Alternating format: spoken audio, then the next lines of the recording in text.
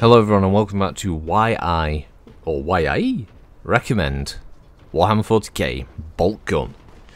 Boltgun is a retro first-person shooter, more in the vein of, let's say, Duke Nukem, I'll say.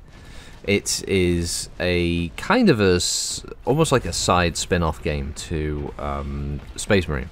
It's set on the planet Graia from that game, and seems to pick up, I believe, after the event. So there's no direct acknowledgement of what happened in Space Marine, but it is developed under Focus Interactive's independent license, and they are currently working on Space Marine 2. So I can see why they've done this. It's a nice little sort of link without it being, you know, too deeply entrenched within that.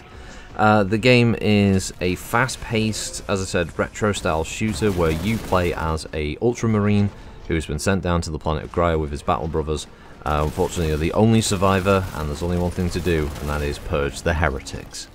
The game is set across 3 different chapters that have a lot of variance in levels. I have to say that you'll be running along like mountain fortifications, going into manufactorums and other military bases, cathedrals, onboard spaceships, running around rocky mesas, going into pockets of the warp, all kinds of mad locations that are weird and varied and interesting, and basically are just the perfect arenas for you to turn heretics and demons into neat little piles of gore on the floor, pixelated piles of gore on the floor.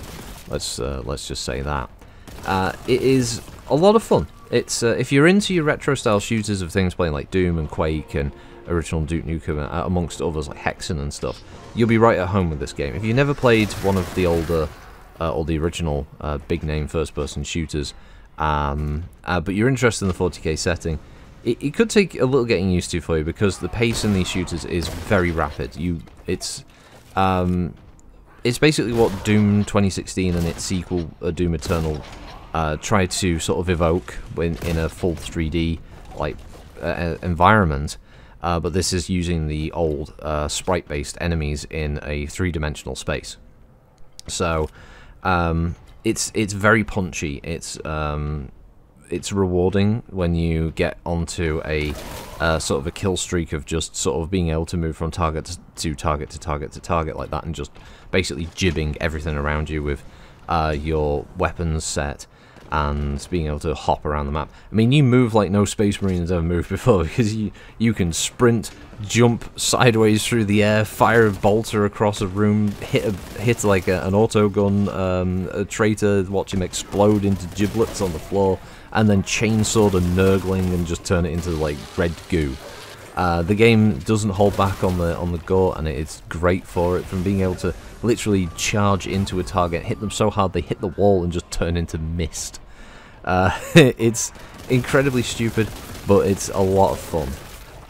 The game gives you in total 10 weapons to play with, for things from your standard bolter going up to like heavy bolters, melter guns, vengeance launchers, up to interesting things like Volkite weapons and grav cannons, and each one has its own strength rating, just like it does on the tabletop.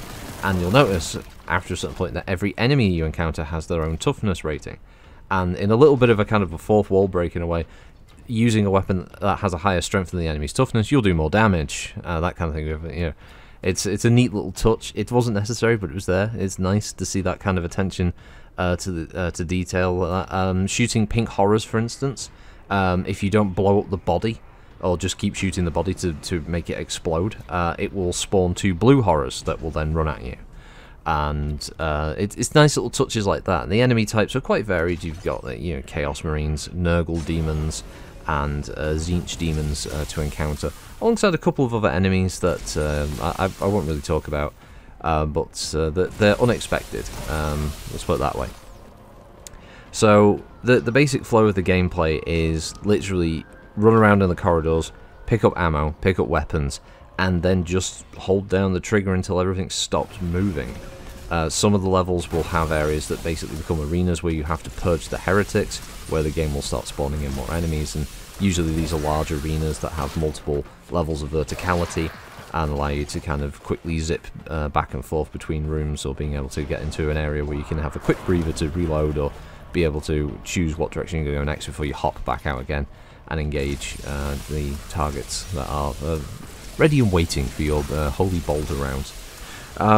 It's quite rewarding, as I said, when you get into the kind of the flow of the movement and hopping around and shooting enemies, but the enemies, as I said, can be quite varied in any one arena.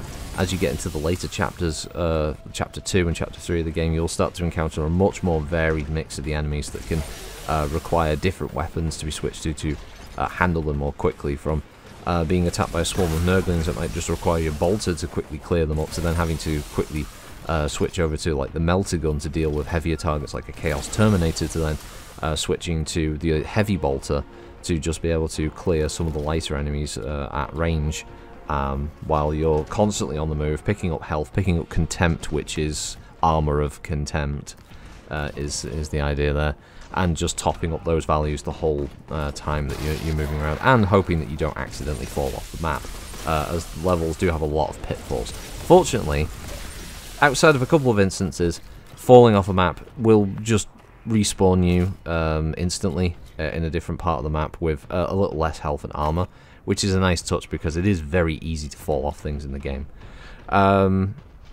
There is also a fair amount of light kind of puzzling in there as well for some areas, and a little bit of traversal of having to hop around bits of the arena or bits of the levels to find little hidden routes and hidden rooms that might have enemies, because every level will tell you whether you killed 100% of the enemies or not, which gives you a reason to, if you wanted to replay the level and get 100% kills on every single level, for instance, you may have to go hunting around for some of these little hidden areas. Maps on average will take you, depending on difficulty you're playing and how familiar you are, can take anywhere from between 10 to 20 minutes, I'd say, depending on that, and across all the chapters you probably get about 5 to 6 hours of gameplay in this your first time through. Once you're going through again, maybe on difficulty you first played it through, you'd probably do that in a shorter time, but going through trying to find all the secrets and trying to find, or trying to play the game on higher difficulty, so you're going to get more gameplay out of that. Secrets, though, I would say aren't so much as secrets, they're power-ups. These will be things like shields that will make you invulnerable for a time, increasing your damage, maxing out your ammunition, increasing your max ammo count. The best one to get is a Blessing of the Omnissiah, which, depending on what weapon you have in your hand when you pick that up, it will buff that weapon for the rest of the map.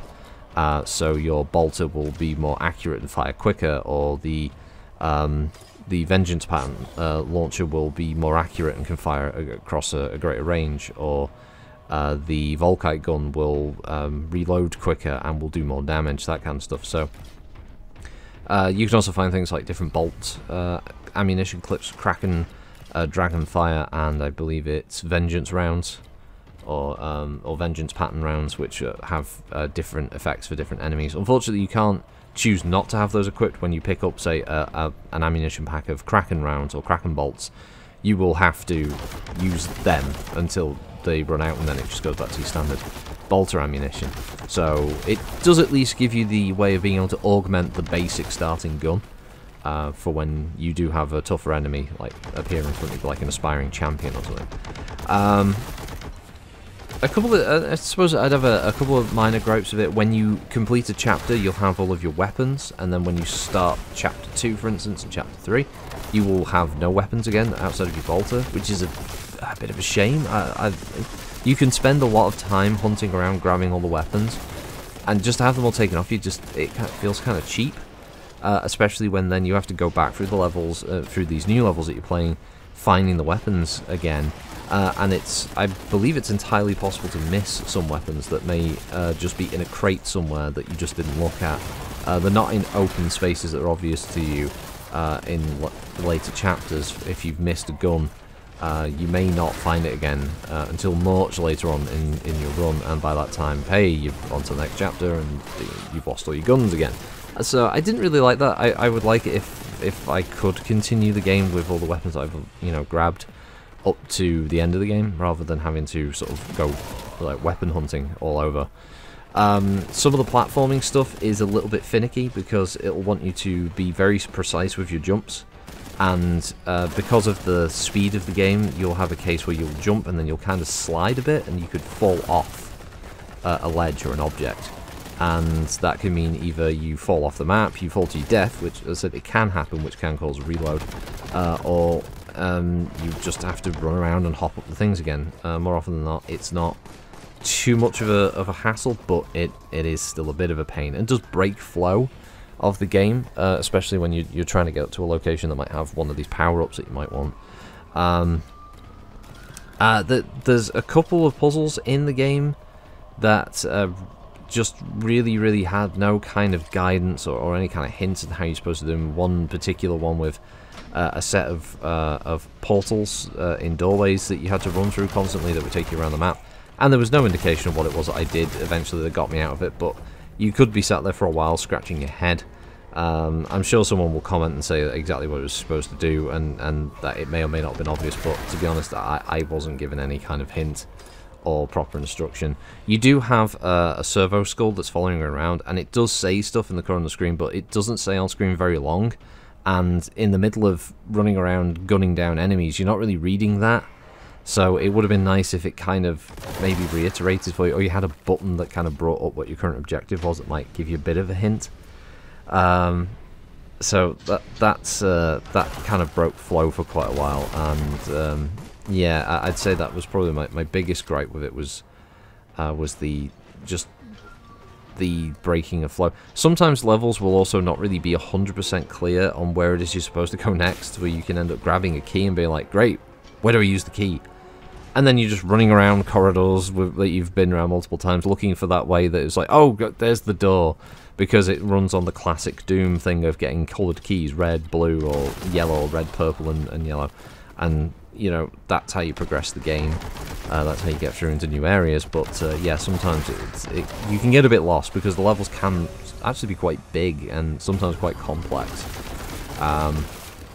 So you'll end up backtracking in places and trying to remember locations of doors and gear like that. So not the worst, not by far, not the most terrible set of things to have a complaint about. Because once you've done it, you like future run-throughs again, you'll be fine. Performance-wise, I mean, yeah, it's not a graphical powerhouse. It's not demanding a lot from your system. There can be a lot happening on screen at once. I did have, in the entire time I played, I had one instance where there was a actual frame drop, and that was it. And that was a particularly busy screen at the time. There were a lot of enemies, there was a lot of gunfire, a lot of effects, but that was it. It runs incredibly smooth for pretty much the entire time I played it, right through to the finish. As I said, it can be a challenge as well at times. Some of the arenas can be quite tight and force you to more tactically use your weapons rather than just, you know, relying on one gun the whole time. Sound-wise, the game is really nice. There's a bit of voice acting in a couple of cutscenes, but outside of that, it's literally just the sound of your enemies screaming as they get killed or like as they engage you. Your character never speaks. You are the classic silent protagonist, but the weapons sound meaty. Chainswords are fun to use, but yeah, like switching over to things like your shotgun, your gravity gun, being able to like pop explosives across the map, stuff like that. It's certainly satisfying, and the soundtrack for the game is a wonderful mix of that kind of 40K style, sort of Gregorian, sort of gothic, high gothic kind of soundtrack of chanting and choral music, with mixed in with some sort of like metal elements in there as well, which is really nice. It's a good sound balance mix overall. It certainly evokes both the 40K universe and also the classic kind of Doom and Quake era of shooters, and yeah, Duke Nukem. I'm always leaving out the Duke, but mainly because Duke Nukem forever tarnished his reputation. So overall, yeah, if it's one of those games, if you're into retro shooters, this is really good. You don't need to know anything about 40K to enjoy it, because it's just a really fast-paced, punchy retro style shooter. if you are if you're a big fan of the 40k universe, it's worth it. There's lots of little nods in there to different elements of the game, of the universe, and it's it's pretty cool. As I said, there's some nice little animations and stuff in there. There's some enemies that aren't really seen in a lot of other 40k games, so it's nice that these enemies kind of get a bit of time in a game to fight. So yeah, if you just if you're one of those who you enjoy all things Warhammer or all things 40k, it's well worth picking up for that. And anyone in between that, if you fancy it, it's not a bad game. It runs relatively well, as I said. It's something that you can put on for 20 minutes, run through a level, feel like you've made a bit of progress, and then you can pick it up again at any time, and you just go from there. I don't know if the developers have any idea of adding anything in the future. I don't think they do. This does feel like a pretty self-contained, one-and-done type title. So, yeah, I don't think I've got much else to say about it. It's pretty much it. It's 40k, it's Boltgun, and it does exactly what it's set out to do, and it does it fairly well. So, yeah, that's it. That's why I recommend Warhammer 40k Boltgun. And thank you all for listening, and yeah, I'll catch you all next time. Goodbye.